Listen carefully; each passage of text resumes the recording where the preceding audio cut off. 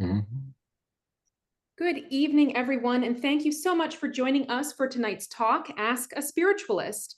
My name is Emily Hillwright, and I'm the Director of Operations at the Merchants House Museum, New York City's only family home to be preserved intact both inside and out from the 19th century. Home to the Treadwell family and their Irish servants for nearly 100 years, the Merchants House today is complete with the family's original furnishings and personal possessions. As many of you know, for the last 13 years, the Merchants House has been fighting proposed development next door, construction that is guaranteed to cause irreparable damage to our landmark building and will force us to close the museum to the public for at least 2 years.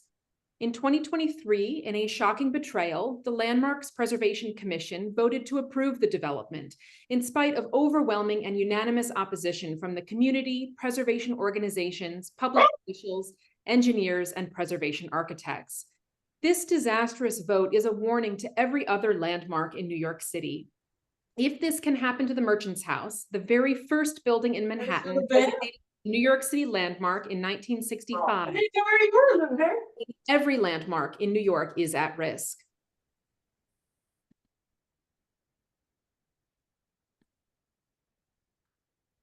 Last year, we launched a petition urging City Hall to step in and protect the Merchants House, a city-owned interior and exterior landmark, and a beloved and irreplaceable educational and community resource.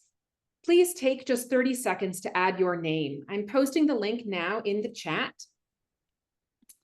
If you click it right now, you will be able to sign before our talk begins tonight. And please do sign our petition, even if you don't live in New York City. It is important that the city hears from supporters from all over. Our program this evening is co-sponsored by Village Preservation, so I'd like to give a warm thanks to William Roca and all of the folks over at Village Preservation. Before we begin, during tonight's program, please do feel free to use the Q&A feature at the bottom of the screen to ask any questions. I am just delighted to welcome our moderator tonight, thanatologist and Merchants House volunteer, Matilda Garrido. Matilda is a certified thanatologist and holds dual master's degrees in bioethics and thanatology, the study of death, dying, and bereavement. She has worked extensively with the dying and bereaved. She volunteers at the Merchants House Museum in various capacities, including co-hosting our monthly paranormal roundtable discussion program, In the Spirit of Science. Welcome, Matilda. Thank you so much for being here. Thank you so much, Emily. And thank you so much, Reverend Terence, for being with us tonight. I know that there are a lot of people who are very, very interested to hear what you have to say, as am I. I wanted to start off because I'm wondering, because I actually don't know, tell us a little bit about your background, how you found the Spiritualist Church, what drew you to it, and just basically your origin story in the Spiritualist Church. Okay. Well, thank you, Matilda, and thank you, Emily. I'm really just overjoyed to be here and speaking in front of you and lending my support for the Merchant House. I'm a believer in preserving our history. I grew up in a French Victorian home in Buffalo, New York, and so my mother is very passionate about that conservation, and so I'm just very blessed to be here and talking about my favorite subject, spiritualism and spirituality. For those who probably already know from my name below, I'm Reverend Terence Harding, and I'm the pastor and president of the Open Doorway Spiritualist Community, Brooklyn, New York, which was independently started in 2016 with my godfather. He was the original pastor, and his name was Reverend Paul Baudet. It really came from my introduction. Well, I came from Buffalo, New York. I was born and raised there. Which is the center of spiritualism, right? Yeah, which I mean, very close to Lily Dale. I didn't really have, this was not even on my radar until much later. Really? But yeah, I was looking at, when I was studying this, I was looking at all those that founded, the National Association of Spiritualist Churches and the Spiritual Assembly. I was looking at all those founders, and a lot of them were from Rochester and Buffalo. Yeah. And I was really like, very aligned. And I don't believe in coincidences, signs and synchronicities, as one minister would say. So I grew up in Buffalo, very as you would expect it. I loved kind of being in life, and I was very energetic. And my mother was like, "Oh, he's the talker," and I was just your normal kid into sports and connecting with other people, and of course eventually friends and whatnot. And yeah, that was. But I felt like even from when I was a young child, I craved a sense of why I was here. I asked that question. That was a very big initial thought that I had very young. It was like, okay, why am I here? What is my purpose? What's the point of me being here? And I had the wherewithal, even at that age, I think I was like 6 or 7, to even ask that. Why am I here? What's my purpose? And it was just then figuring it out from there. And was your godfather, were you very close with him at this yes. point in your life? So yeah, had he exposed you to the church and the teachings of the church at that young age? Well, not exactly either. It wasn't until much later. He got into spiritualism late in life. He always was very gravitated to spirituality and spiritualism. I remember going to Lilydale as a child. My mother and my father would get readings, and my godfather as well. So your mother and your father were spiritualists as well? Well, we grew up. Or mediums? You said they gave readings, right? Not that they would get readings? Yeah, they would get readings. Okay, get readings. They would receive the readings. Okay. My mother would get receive readings at Lilydale, and she had her medium. And it was ever so often that they would do that. And I remember, of course, while they would get their readings, my godfather and my parents, I would be exploring the nearby woods and the fairy trail, which I most definitely remember, in the inspiration stump, which were vivid memories for me for until I got into adulthood. And yeah, it was just a wonderful place. And but it wasn't on my radar, spiritualism. I had a foundation in Catholicism, and I went to private Catholic school, and I was educated by Jesuits. And that was where really I had my family that were very just open to spiritual expression and spirituality.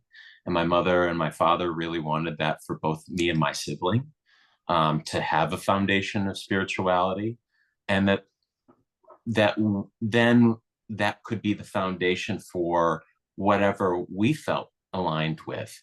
And it wasn't really until like high school I started asking questions about God, spirituality, my connection, why am I here, even more so. And those questions through the avenue of Christianity never quite answered the questions I had, and I had a lot of them. And I went on my journey. I thought maybe I even try being a priest. That was an option that when I was 17, 18. But at that time, I was like, okay, I feel like I want to do something creative. And I went on my path. I felt like at that time quite meandering, and it was a creative experience, like a creative avenue that I went in. I studied film production, and but then after a while, it felt like it wasn't for me. And around wasn't enough. It didn't feel like enough. Yeah, it just didn't feel like I felt like I was. There was something in physically in my body that I was working in film. I had some some big internships, and I would get like visceral reactions going to this. I would get sick to my stomach. I couldn't, like, I would be just quivering and shaking. It wasn't, and I would go into that with a great deal of dread and this environment. And I just was like, there was, of course, some life kind of erupted, and my grandfather passed away that summer of 2014, and then I was like, oh, I feel like this isn't my path, and let me go figure that out. And so I went exploring, and then eventually, at this point, my godfather, he got into spiritualism, and was ordained in he was ordained in Massachusetts first in 2009, and then ordained nationally in I think it was 2014, 2015, around there. And that's when he had this inspiration of starting a spiritualist community. And he brought me over for dinner one evening and said, Terence, I want you to help me. And that was like the start of this just new path for me, and it changed my life. And the more that I brought up the questions I had to my godfather and to other spiritualists, the more those questions felt answered to me. And yeah, it was a great. Were you receiving messages? Were they conveying messages to you? I most definitely feel that way. Okay. Looking back, we all have impressions. This is my belief is that this ability is not just exclusive to me and to a select few. It's a muscle. It can be developed, it can be learned, it can grow. Okay. And that's what my godfather really promoted and brought forward in the open doorway, is that he wanted others to see the divinity in themselves. And and he often had a lot of doors closed to him in life. And because of his creed, his sexuality, his beliefs, his ethnicity. And he was a Capricorn, so he was tired of hearing no. And he struck up on his own and pursued what he felt was right for him, and it led him down this path to this inspiration. And yeah, he led the open doorway in its independent growth, 2016 and to 2018 until his passing. And then I was the kind of everyone looked as the natural successor of that. And but I didn't know when I said, oh yeah, I want to do this for the rest of my life. I didn't know that he was sick, and we didn't know he was sick. He didn't know he was sick. And yeah, it was actually 2018. And I was very inspired by the community. I was developing my intuition as well at that time, just from talking with my godfather and meditation. And I had a spiritual experience. I'm most definitely looking back at my childhood, I did, but I didn't really have a name or memory to it until later. But I was at a friend's wedding, and I felt the presence of a friend that had passed come forward. And it was so clear to me. And it was so the contrast of not being aware of them and being aware of them, and feeling them connected, always connected with their parents there in attendance in that wedding. And I felt the pull to provide them a message from my friend.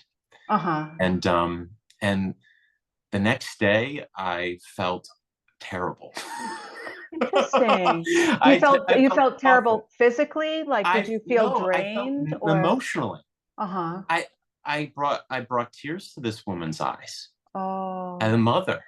And I didn't, but I took it as tears of pain, but they were tears of healing. I learned that later.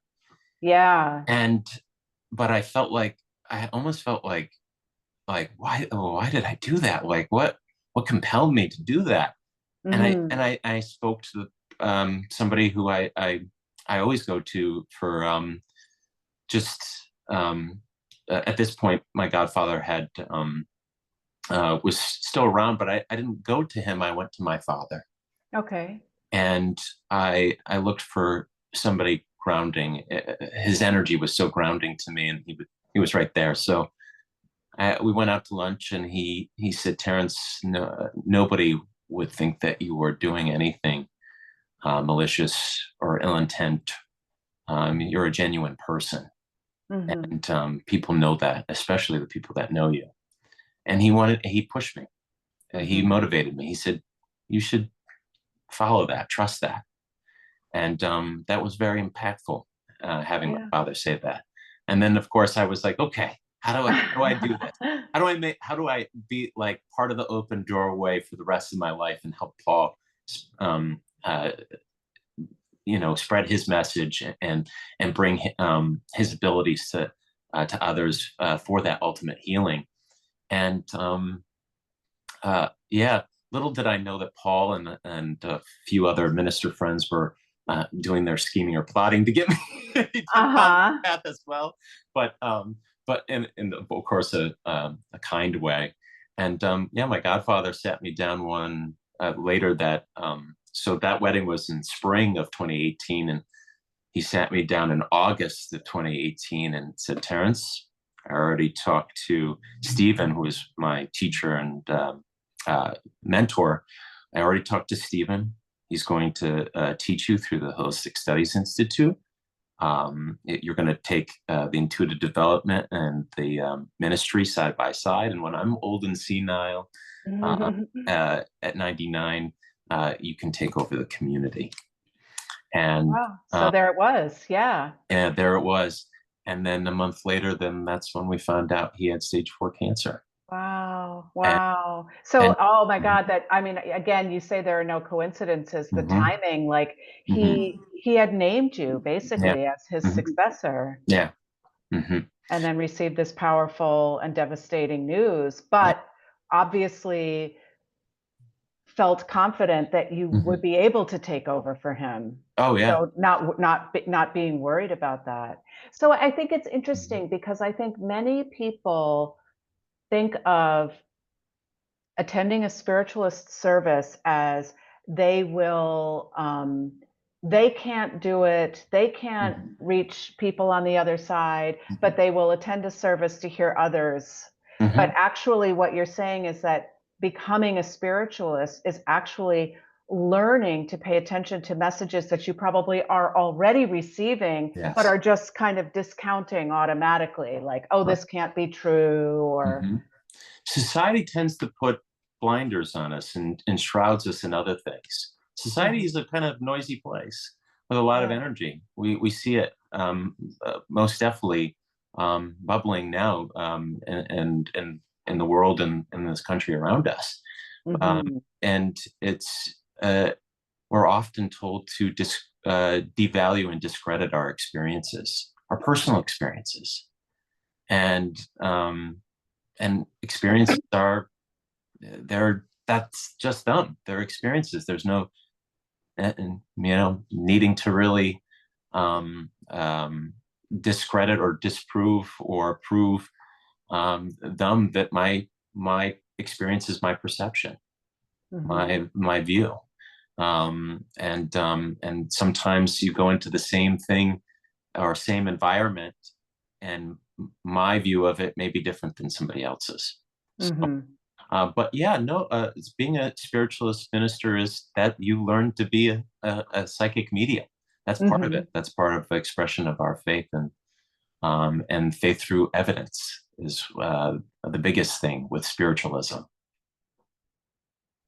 Yeah.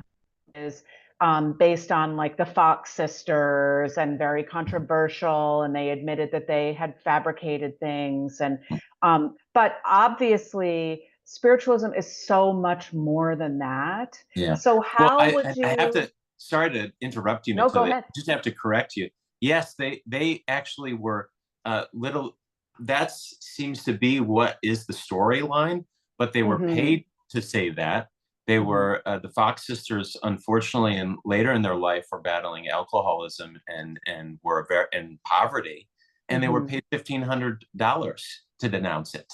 Oh, to And say that they had yeah, been fabricating. Very interesting. and Margaret, who is the one, Margaretta Fox, ended up coming back a year later and recanting the recantation of that experience, saying, no, this was all true. Okay.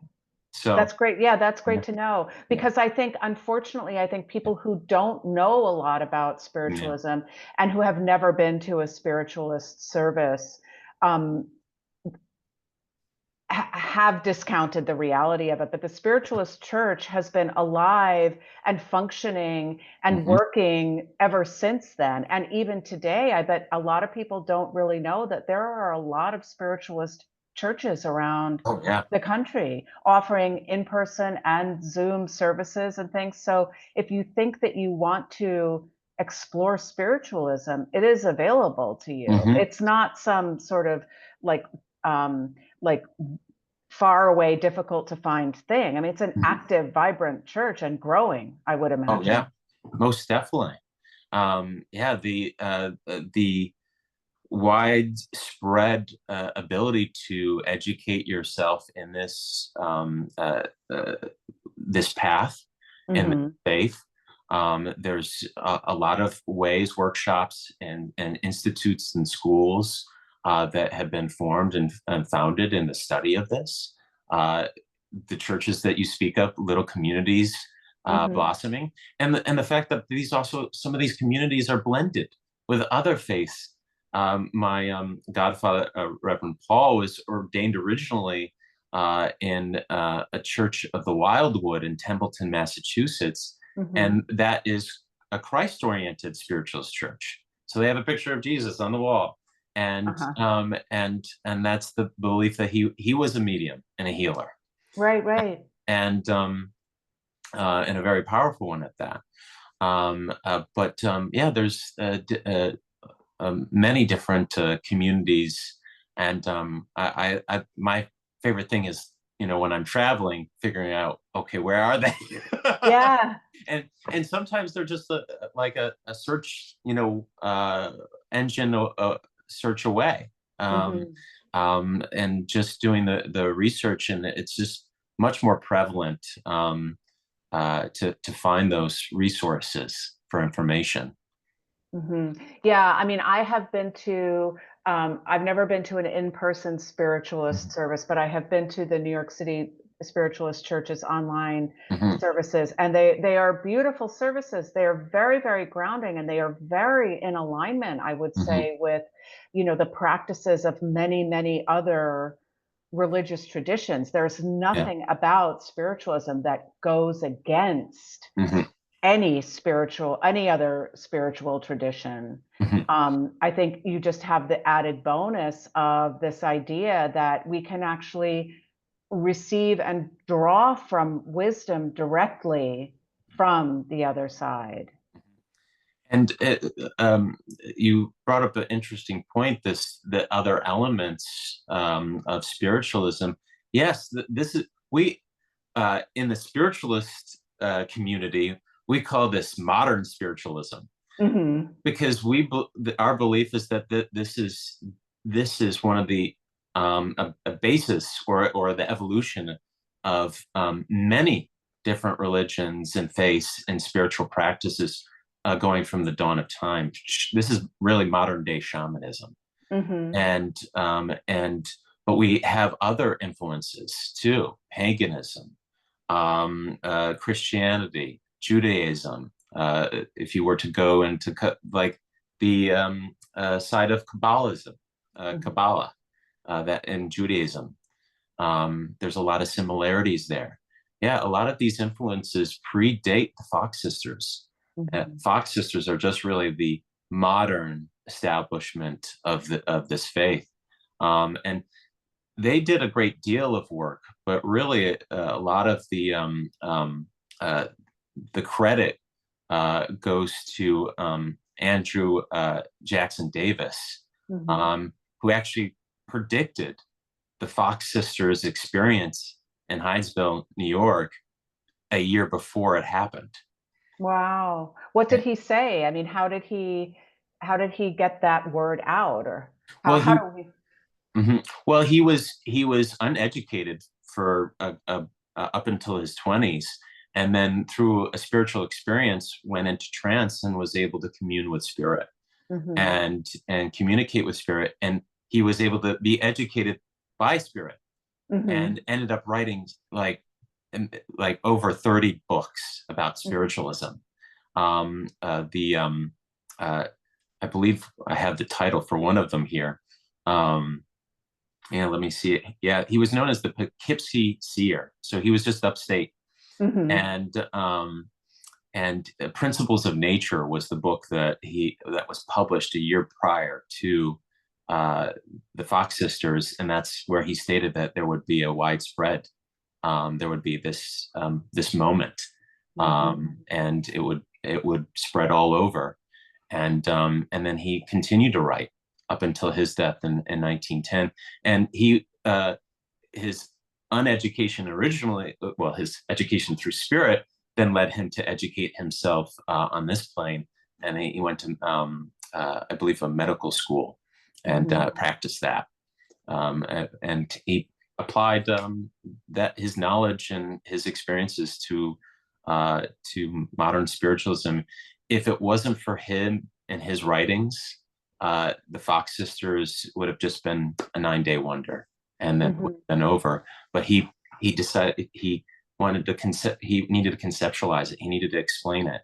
He brought forth that explanation and that was the glue um, that held it and its permanence and allowed it to grow further. Yeah, well, I think it's interesting if we're looking at like the 19th century and death, the time was ripe for the spiritualist message because in the 19th century, death was overwhelming and it was everywhere, and Yeah. people were looking for any way possible to make sense of it. I mean, you know, most families lost a child in infancy, no matter what their economic class. And the Civil War, so many people died. I mean, death was just all around. So it was, Mhm. I think, very appealing to people, this idea Mhm. that, yes, we can actually connect directly Mhm. to people that we've loved who have died. Mhm. Yeah, its emergence in 1848 from the Fox sisters' experience just really aligned into the grieving mothers and family of the Civil War, and, Hmm. and that's where it took off, and then even World War I as well, um, Yeah. and yeah, where there is that excess in death, there's that growth in spiritualism. Hmm. Yeah. And so, a question that I have for you, and I'm sure Mhm. other people have this question too, is when you're receiving messages, like, are Mhm. you receiving messages all the time when I've watched the Long Yeah, Island Medium and yeah. she's like in a bakery and she's getting messages and Well, she they has don't to share. they don't show her off camera, and she's the real deal, no question about it. Is she? Okay, good. Yeah, Yeah. um, Mhm. yeah, most definitely the real deal. I don't always get messages. That's the short answer. I don't always get messages. I get Mhm. sometimes impressions. I Okay. get very strong impressions. But it's the thing we're always um, receiving Hmm. energy, things that we're translating through our eyes, through our ears, through our mouth, through our whole body.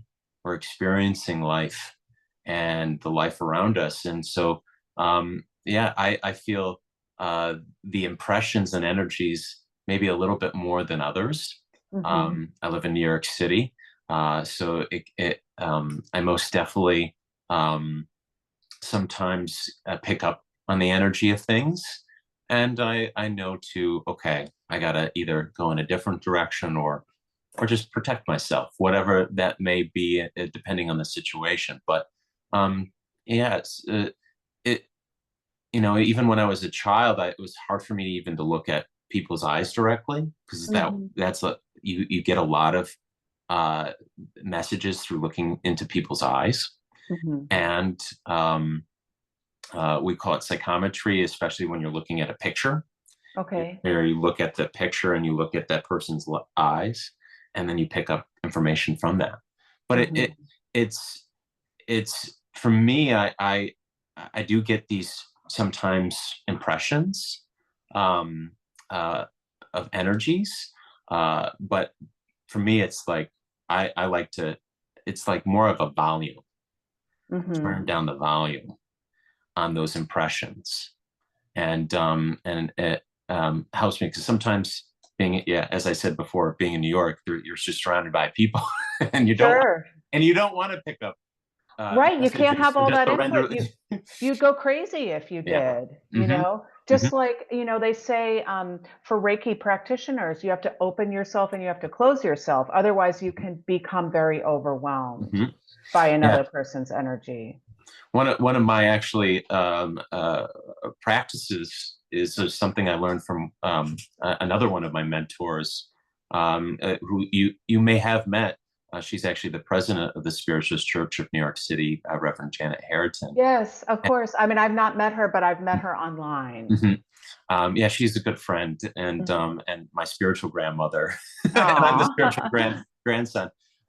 She says I'm tucked right in the middle in the age range of her great grandchildren, and so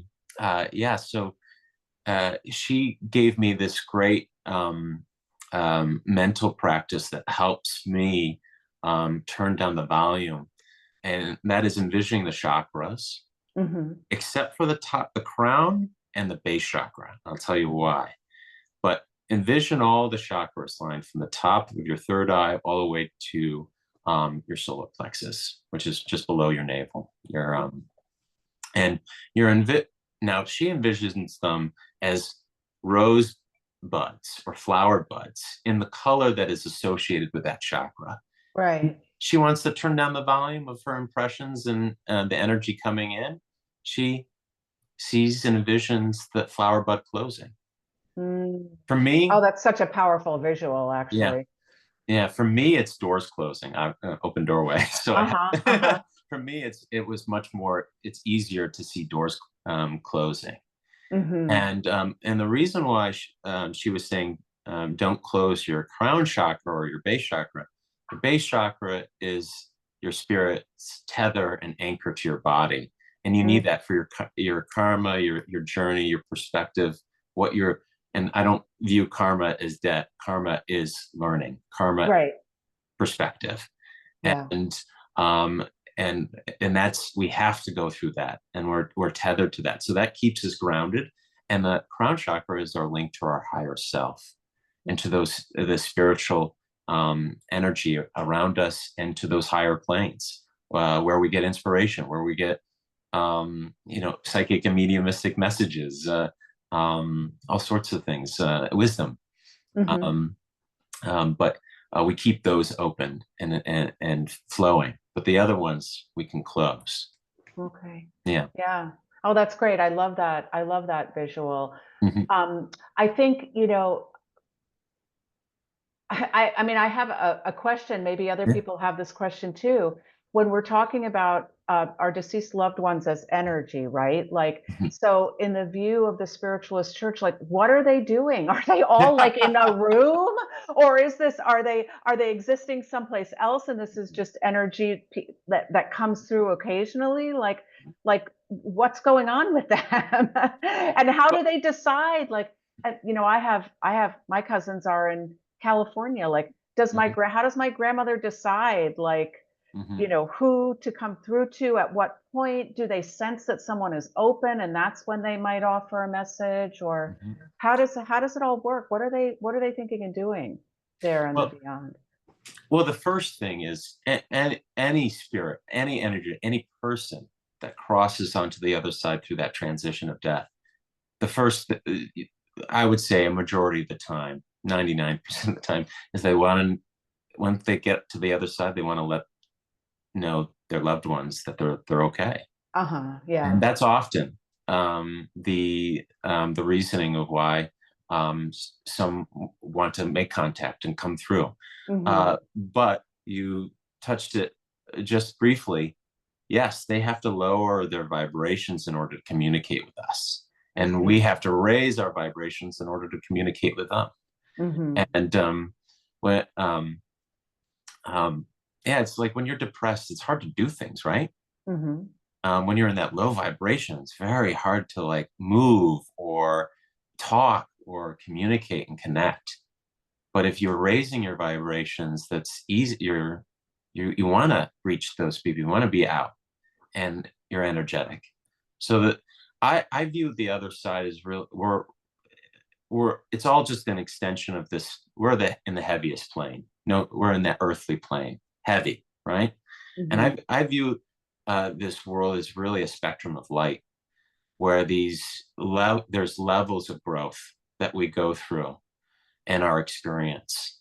And once we go through this transition on this plane, we go onto another plane that's slightly closer to this plane, but elevated, Mm-hmm. where we're able to have really an image of just things that appear, and our consciousness is still intact, but there is a knowing and a learning of and acceptance of all of our lives, all the lives that we've lived, and how that has impacted us into this moment. And Mm-hmm. so we often refer to it, that initial phase of crossing over is the white light review. So Mm-hmm. once we pass, we are then brought into this white light review. Of course, it is showered in white light. Mm-hmm. Often you are being brought by either a spirit or of a loved one, or a high vibrational spirit or energy, and sometimes even animals too, Mm-hmm. animals that we've connected with, our furry friends. I And have heard that when you die, all your animals are there waiting to welcome you. mhm, It's a beautiful visual, I think, and this mhm, idea that you are actually guided through this experience. yes, It's not just sort of you die and you've got to figure it out. Like mhm, you are intentionally guided through that experience. And the white light in the review, many people who have had near death experiences talk about engaging in that mhm. as well. Yeah. So, yeah, very much so. And it just feels like the it's it's it's hard to we try to always put some c- way to conceptualize the other side, and I find a light beam tends to do it better, because we don't stop progressing. We progress even on the other side. We're learning even there too, and but it's not as of course arduous and heavy and as this plane. Um, Mm-hmm. this is where we do the most learning, Mm-hmm. and then we can elevate ourselves. We actually Andrew Jackson Davis actually spoke of at least 7 planes that Mm-hmm. he experienced, but there's probably countless more. Imagine how many planes you can fit in a light beam. Yeah. And the closer you get to the sun, the more powerful and that energy is. And that's source. That's pure consciousness. That's what we're trying to connect to, Mm-hmm. and invoke more of on this plane. Yeah, yeah. I think that the messages that seem to be the most healing for people when they do receive messages from mediums or from attending a spiritualist service or whatever, they are worried about the Mhm. people that have died. They are worried about whether they're okay Yeah. and whether almost that they experience the circumstances of their own death as tragically as others around them experienced it, right? So, like someone whose child died a very, very violent death, is very worried that that child, that their last memory, their imprint, if you will, is pain and fear. Mm-hmm. right? And so like it seems like those messages, I'm okay, Mm-hmm. like, you know, sometimes they will say things like, this was supposed to happen, I knew this was how I was going to die, Mm-hmm. are so comforting to people who are in grief. It frees them Mm-hmm. to move forward. Because Almost. Yeah. I think we do worry that the way that we die imprints us forever, right? Oh, Like, yes. and that's why there's so right now these days, people are becoming increasingly concerned with having a good death or Mm-hmm. dying well, Mm-hmm. supposedly. Like,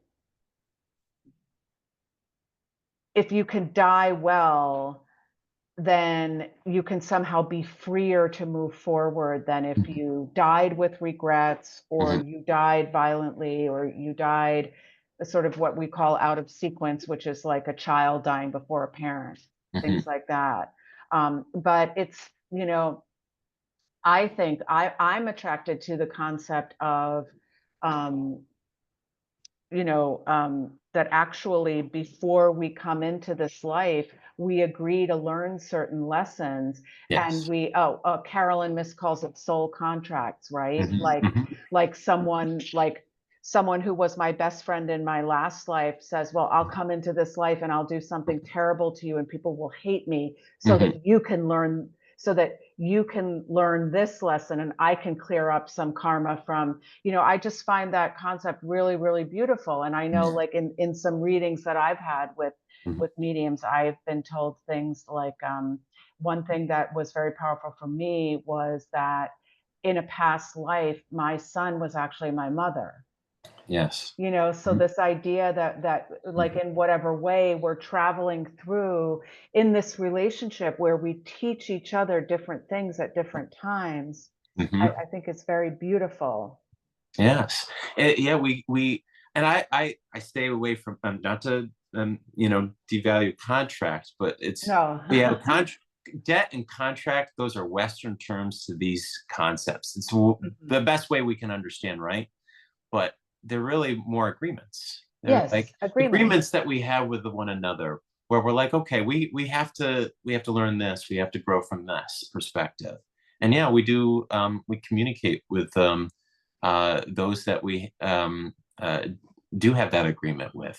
And yes, there is a sense of need to settle things. It's always better to settle things in this life, and I find it because this is the most efficient way to settle things, Uh-huh. and has the most energy and impact. Because it is really my belief that if we haven't learned the perspective, if we haven't grown from, or if we keep devaluing it or ignoring it, then we go onto the other side. We're like, and they're like, okay, of course, bathed in love and light. Ah, And I'm not joking on that. It is a beautiful energy to experience, and I've always been, I've gotten that experience through tuning in with my godfather and communing with him. And mhm, he was showing me the wonder and beauty of it, and and but constructively we are communicated. Okay, so yeah, that didn't get covered, so we may have to come back, or there may be even some things that are okay. You've learned enough, and now we can grow even on this side. And mhm, and yeah, so when I tune into energies of loved ones, sometimes it does take a little while for a spirit of a loved one to raise their vibrations enough to then be able to communicate even more strongly, because they're learning all that they had to learn in their life, mhm, or reviewing what they had to learn. And sometimes the energies of how we've passed, maybe the tragedy and trauma of that, or the tragedy and trauma of our lives or experience, can affect and impact how long it takes for that spirit or energy to heal. But it is not of sadness and remorse that we experience. It's much mhm. more constructive, and less of a physical and emotional impact. Right. Um, there's like acceptance, an understanding that Mhm. we don't get here on this plane. Yeah, and that's Wordsworth quite a said, relief, I think. what's that? It's a relief to me Yes. to think about Mhm. that people do experience that once they Mhm. get there, Yes. like It's like a all is classroom. resolved. Yeah, Hmm?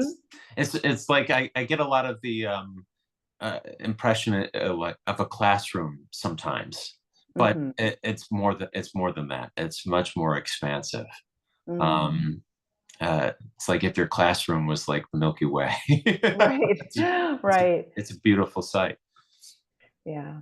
So if people, excuse me, were going to attend a spiritual service, what they Mhm. can expect, and I'm just drawing on my own Mhm. Yeah. experience, is a coming together and a short meditation Mhm. or silent connecting, and then the reading of the 10 principles, right? Mhm. They're called. Well, it's it 7 to 9, and if you're going in, the original principles, and that came from the National Association of Spiritualist Churches, and that formation of the Lilydale community. Hmm. Um, uh, uh, but yeah, it's just about that. I like to brag that my dog bug can fit in my wallet. I, I don't brag, but the feeling it's I love that part about spiritualism. The Hmm. fact that it is just these core principles, and the rest is our interpretation, our experiences, and Hmm. and you're motivated. The spiritualism is about the study of these experiences to knowing that higher power source, and and yeah, so we love the I love personally too is the acceptance of all faiths and spiritual paths. Hmm. I like to say that there's 8 billion and counting spiritual expressions, and that's my interest is how people commune and experience spirituality as well as that source, that Hmm. connection. Um, but yeah, spiritualism is just that path where it felt the most aligned for me, and the most um, one that it grew from me.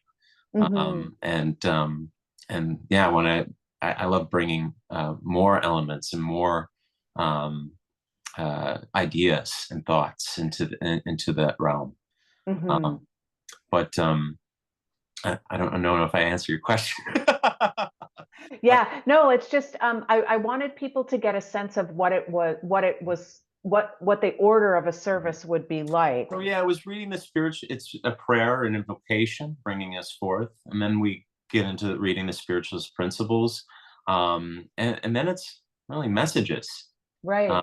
that's the core. We do also do healing services. Hmm. Um, if we were in person, it would be I'm a Reiki practitioner, and so it'd be a therapeutic touch, hovering the hands over and letting the Reiki energy or the healing energy flow through. And now it's not exclusive to Reiki. There's other energy healers and other modalities of energy healing that we accept. But Hmm. we are in that belief that yes, there can be healing, and also now a common medical or healing practice. Going to Right. a Reiki practitioner, sometimes even the doctors prescribes that Hmm. in Hmm. addition to whatever else you're doing to help heal. Right. Yeah, so it's the medical and scientific world is starting to open their views and perspectives, and seeing that there's more to this than face value. Right. Right. Well, I see Emily just came on, and so I'm Yeah, guessing we're going to go now to questions that people have submitted. Yes, thank you so much. This is so interesting. We do have a number of questions, so I just wanted to make sure we had enough time to address them. I'm going to start with some theological questions from the yes. audience, sort of in line with what you were just talking about. Someone wants to know whether atheists can be spiritualists, and how does that sort of those beliefs, how do they square with one another? Well, most definitely. First of all, most definitely. The beauty of spiritualism that I love, an aspect that I didn't touch on, is our appreciation of nature, our love of nature, our connection to nature. And being out in the natural world is evidence of spirituality. The trees and how they capture sunlight and use that for their own energy and for their life force. Animals that walk beside us or around us. The birds that soar above us. Yeah, even the earth beneath us and the rocks have energy. We're, this past, humanity, we know, or at least we think we know, is at least 400,000 years, even more probably. And that's a blink of an eye to the extent of this planet and the solar system and the galaxy. So my feeling is that there's most definitely a place for you.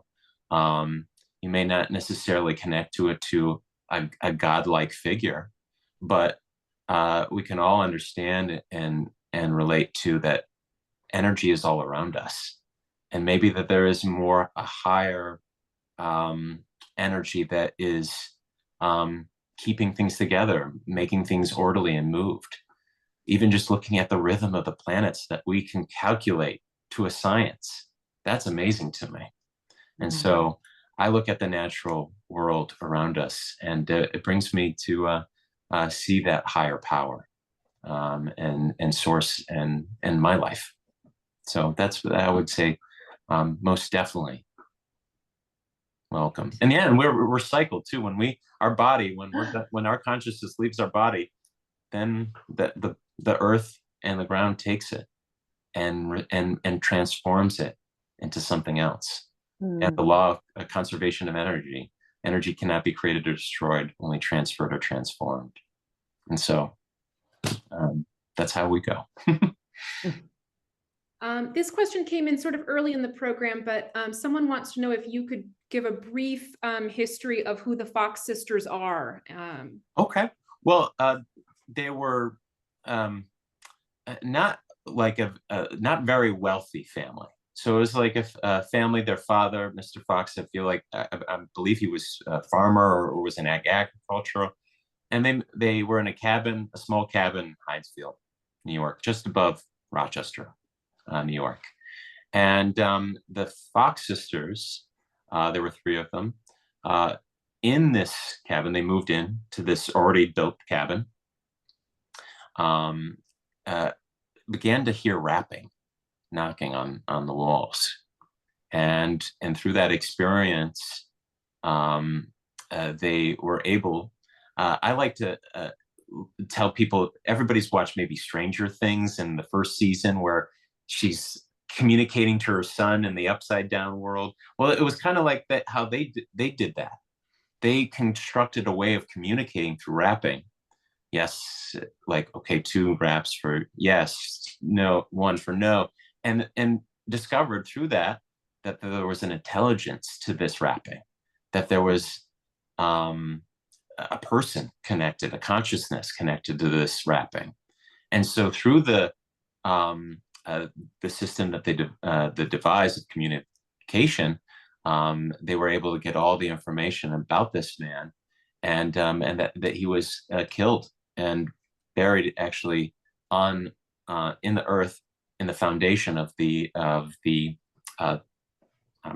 cabin that they were living in. And they actually did dug up, they excavated that area where the wrapping of the energy told them that their body rested, and they found bones, human remains. And so then it just kind of through that experience and the newspapers, media of that day, then kind of expanded it, ballooned it into what we kind of now know. I don't know if I hope that answered the question, but yeah, and then that was the Fox sisters all became mediums, and began doing that work throughout for the rest of their lives. And of course other influences came in, other mediums, other people who have also had those experiences, like Andrew Jackson Davis, who was born before the Fox sisters, was already experiencing this. Even going back even to the 18th century, we have people that were philosophers, scientists, medical professionals of that day that were also, like Franz Mesmer, where we get the word mesmerized. He was a physician, but also we consider a spiritualist. Someone wants to know about whether you worry about coming in contact with evil that might be on the other side. I always get this question. Evil is our way of understanding a great force that we feel has a great impact on our lives, but it's really negative energy. And the negative energy does not have power over us. We are our own entity and our energy, and we have the power to outshine that, say, dark energy, or that contrast to light. Evil, I wouldn't really necessarily call it, but we have, when you're looking at science, you have a positive connection, you have a negative connection. That's when we're talking about energy. And the best way to combat that negative energy is to elevate the positive. I had a fellow friend and minister, and he was a famous trance medium, Reverend Alex Murray. He said, there's nothing better than laughing in the face of negative energy that will transmute it into positive. Nothing but, like he said, just laughter is like a great source and power that we have in ourselves. Yes, the intensity of that negative energy may be felt more or less depending on the person, or the negativity of that energy may come out stronger. But we have the power and tools around us and within us to transmute that to positive. And it's through laughter, through our own healing of our wounds, emotionally and physically. Even just the vibrate, like for me, I love when I feel like I'm in a kind of like negative, kind of low vibration, I put on music. And that, sometimes classical music, sometimes jazz, sometimes rock, whatever gets me going, but that's a vibration that lifts me up, and that transmutes the energy. So yes, I understand the question, but it's evil. The evil that you speak of wants that negative energy. There's a motivation or want for you to think that you don't have any power or say. That's the intention of that negative energy. And that's when you say, look at an animal, that animal is really only does what it's inherently engraved in its consciousness, right? It's habitual way of like, okay, this is the migration path to where I go south or north or west or east, or this is where we all go as a community to water. That's the feeling of where with negative energy is, that there's not so much as a consciousness to those actions. There's like like almost like your body takes you there. and sometimes we find ourselves in maybe a bad place or a low vibration without really knowing it, maybe through just our thoughts. If we're having negative thoughts about ourselves, oh, then that's just going to attract that negative energy. Yeah. But if we give ourselves healing and tell ourselves, I look at sometimes we call them mirror practices, where you look in the mirror and you say, "I love you." As many times, I learned that from a guru some years ago. And the more you do it, the more okay, I'm starting to feel that. And so that's I guess my response to that, or my answer. Hope I answered it for you. Wonderful. Last question. Can anyone just walk into a service, and how do people find a spiritualist service? Well, the beauty of it, well, first of all, spiritualists love more and new people. I love seeing new faces in my community. It's an indication that this is growing and more people are open to it. So yeah, please come. You're invited. Open doorway for at least my community, but that accounts for all spiritualist communities. I'm confident that I can speak for them, that we want people to come and experience. I just put a directory into the chat. Actually, I put two. The second one is more comprehensive, and it goes state by state and lists all of the spiritualist churches. And that's the beauty of this being on this plane at this time, is the technological advances, the ability that we could just go on the interwebs and just start searching and finding these sources and these places and these people. And it's really just as simple as that. Is just really searching on the internet and finding these places. Or Janet, who I mentioned before, would probably say, "Oh, you go to the phone book," but yeah, there are resources, there are books. There's so many books about this, about spiritualism as well, because of the lack of dogma, and through the core principle that in order to know this energy, we have to experience this energy. And so I'm a alumnus of Buffalo State College, and they're renowned for having the program for the study of creativity. And the only way to study creativity is to be creative. So I say, do that as well if you're trying to get into spiritualism as a practice and faith. Wonderful. Thank you so much. This was just such a wonderful conversation. We really appreciate you being here tonight. Yeah, thank you so much, Reverend Terence. Thank you. It was an honor and pleasure to be here and to talk to you all, and to have all these people listening. I hope to connect with you, and don't be a stranger if you do come to the open doorway.